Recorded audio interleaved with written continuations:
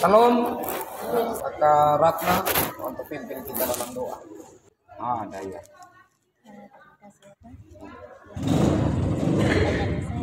Ya. Yang perempuan kan diciptakan dari tulang rusuk laki-laki. Itu kenapa tidak diciptakan juga lewat di tanah? Itu menarik. Dan coba siapa yang bisa jawab, itu baik. Nah, saat Tuhan menciptakan laki-laki dan perempuan, pertama Tuhan ciptakan Adam dari tanah. Kenapa Hawa juga tidak dari tanah? Kenapa dari tulang rusuk? Atau dari ambil hajat yang lain, tuh mungkin ini Adam dari tanah, Hawa dari pohon gitu. Siapa bisa jawab? Tidak tahu ya? Tidak tahu. Yang pertama, itu ada dalam rencana Allah. Itu ada dalam otoritas Allah. Itu suka-sukanya Allah gitu. Ya Allah mau buat Hawa dari apa ya terserah Allah. Tapi tafsirannya menarik. Kalau Allah ciptakan Adam dari tanah, Hawa dari tanah, berarti Allah menciptakan dua orang dengan dua pribadi. Ya. Tapi kalau Tuhan ciptakan Adam, ambil Hawa dari Adam, menciptakan dua orang tapi satu pribadi. Bisa? Tangkap. Karena itu laki-laki akan meninggalkan ayah dan ibunya dan bersatu dengan kata bersatu, karena mereka akan menjadi satu darah. Jadi sebenarnya ini kalau dalam ilmu matematika, manusia ini banyak karena satu tambah satu tambah satu tambah satu tambah satu tambah satu, ya toh? Banyak kan? Manusia semakin banyak karena ada Adam, ada Hawa dan seterusnya.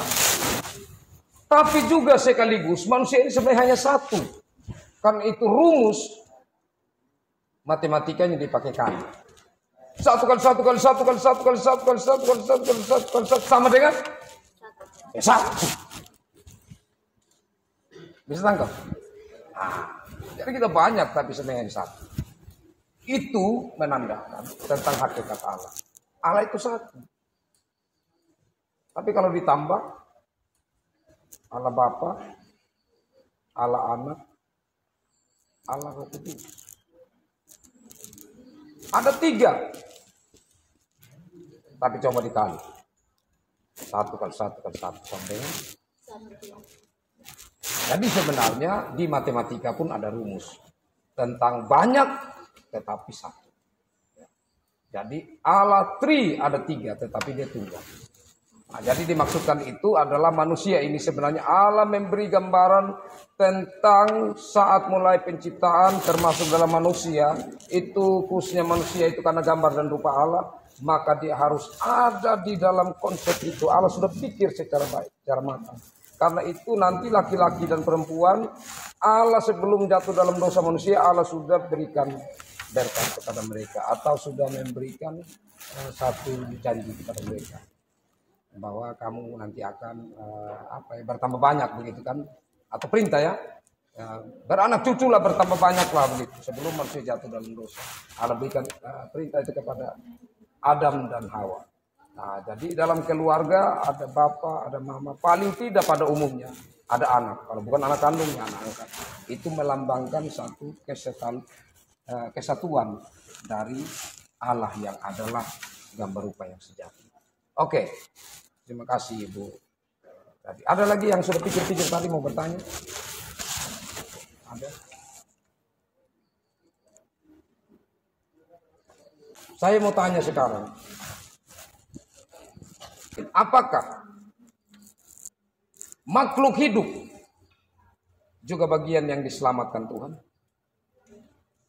Apakah makhluk hidup juga akan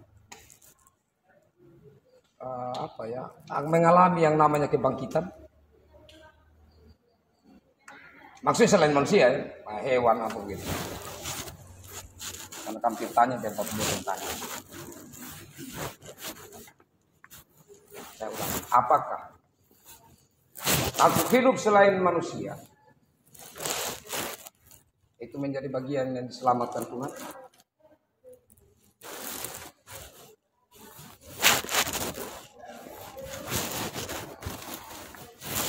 Coba yang bilang iya angkat tangan. Karena tidak diselamatkan nih, kasihan hewan. Don't jadi bagian nih. Waktu manusia hidup sangat berdosa. Kemudian Tuhan menghukum manusia dengan air bah. Siapa yang diselamatkan? Hah? Siapa?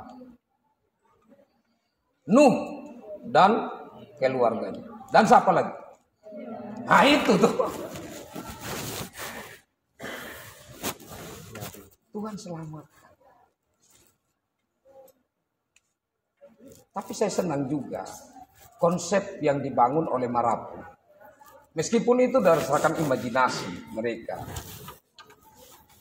Atau karena kejadian-kejadian yang tinggi, yang luar biasa yang membuat mereka akhirnya meyakini bahwa tapara yang mati bukan hanya orang saja yang hidup di sana, tapi juga sama yang hidup di bumi. Mungkin kan pernah dengar itu. Jadi di Pareng Mamati, ya, macam orang Tepopo itu adidomi di mana? Di Lapopo.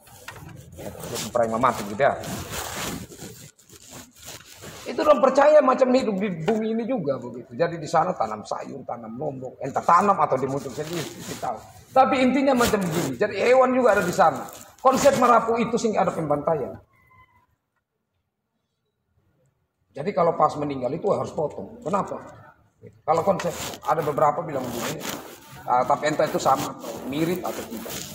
Kalau di Sumatera Timur saya pernah dengar bilang begini, semakin banyak dia potong hewan, maka semakin menunjukkan statusnya waktu dia naik atau dia sampai di Pareng Mamati. Jadi sampai di sana kan orang berdiri sudah mulai pegang tombak. Ini contohnya saja imajinasi, pegang tombak dengan tameng. Sampai di satu orang muncul begini, dia ini kurang kaya dia atau hidupnya malas-malasan. Kan hewan yang dia bawa ini yang kayaknya potong 1 ekor. Dia dong ronggeng juga lemas-lemas, kalau sambutnya.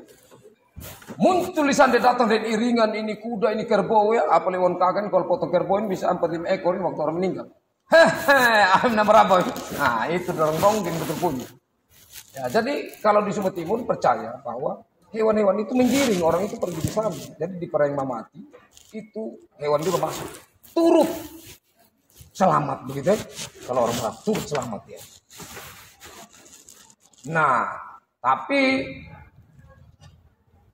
kalau kita orang Kristen ya, Allah tidak memberikan konsep tentang kebangkitan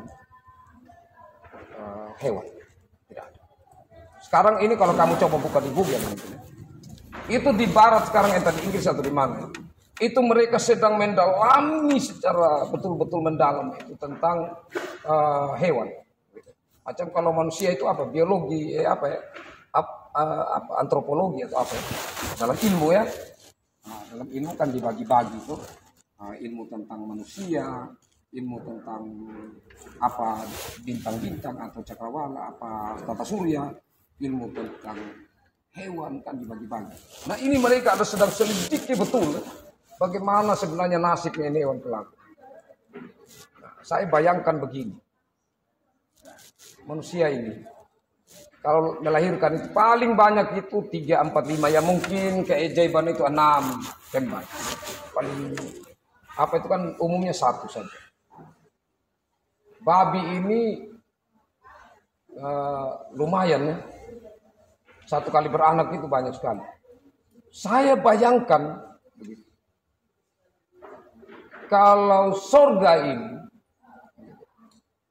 kumpul dari dulu itu dinosaurus apa semua itu orang dibangkitkan semua masuk.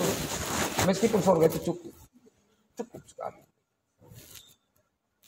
Tetapi saya bayangkan bahwa tidak demikian. Kalau hewan itu mati, rohnya sudah kembali di atas. Kembali di penciptanya. Tapi manusia selain rohnya kembali. Sekarang kalau orang mati, kalau orang mati itu diberi roh, gimana pilih Tuhan? Berarti buat apa ada kebangkitan nanti? Itu kebangkitan tubuh. Jadi tubuh kita nanti waktu Tuhan datang yang kedua kali baru ada kebangkitan dan itu tubuh kemuliaan. Dan hewan tidak mengalami itu. Nah sedangkan kita ya banyak juga yang berspekulasi. Nanti kalau bangkit itu tubuh yang bagaimana ya? Apakah tubuh yang waktu tua yang jelek itu yang bangkit? Ataukah waktu ganteng-gantengnya atau cantik-cantiknya tubuh itu yang dipakai? Ya itu kita tahu. Tapi yang pasti kita akan sempurna dan kita akan betul-betul menerima segala sesuatu dan kita tidak berpikir lagi hal-hal yang jelek, yang tidak baik, tidak lagi konsekuensi. Nah, tapi intinya bahwa kalau Tuhan pun waktu apa tadi ini binatang-binatang yang sudah mati sudah langsung kembali. Tuhan mau siapkan tempat bagi mereka. Hati Tuhan ini sangat luas sekali hati Tuhan. Jadi hati Tuhan ini sangat luas sehingga dia mau terima apapun yang dia ciptakan ada di dalam kekekalannya. Tetapi Yesus bilang di rumah Bapa banyak tempat tinggal. Kata banyak itu bukan jumlah, tetapi menyatakan tidak terbatas. Nah, jadi itu Bapak Pendeta sambung-sambung lagi ke tempat lain. Tapi intinya itu tadi bahwa manusia jatuh dalam dosa sehingga isi dunia ini turut menjadi menjadi rusak. Bumi ini, dunia ini turut menerima konsekuensi dari dosa manusia. Turut menerima. Apa ya contohnya begitu? Contohnya, waktu itu ini tumbuh-tumbuh di Taman Eden itu kan tumbuh-tumbuh yang enak saja, tidak perlu ya susah-susah terlalu. Hanya jaga, pelihara, tugas. Tapi waktu manusia jatuh dalam dosa, Tuhan bilang sama Adam, itu jadi sulit ini tanggung. Ya, jadi turut dihukum. Jadi apa yang Tuhan cipta, konsekuensi dari kejatuhan manusia.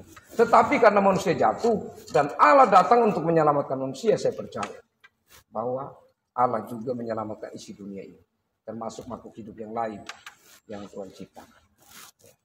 Hanya bedanya sebenarnya binatang-binatang yang lain ini kalau kamu baca betul penciptaan itu beda dari manusia itu hanya Tuhan Allah menciptakan napas hidup ke dalam manusia. Coba lihat baik-baik. Nanti Tuhan juga kan bentuk itu. Beberapa ternak, binatang-binatang Tuhan bentuk dari tangan juga. Dari tanah gitu dengan tangan.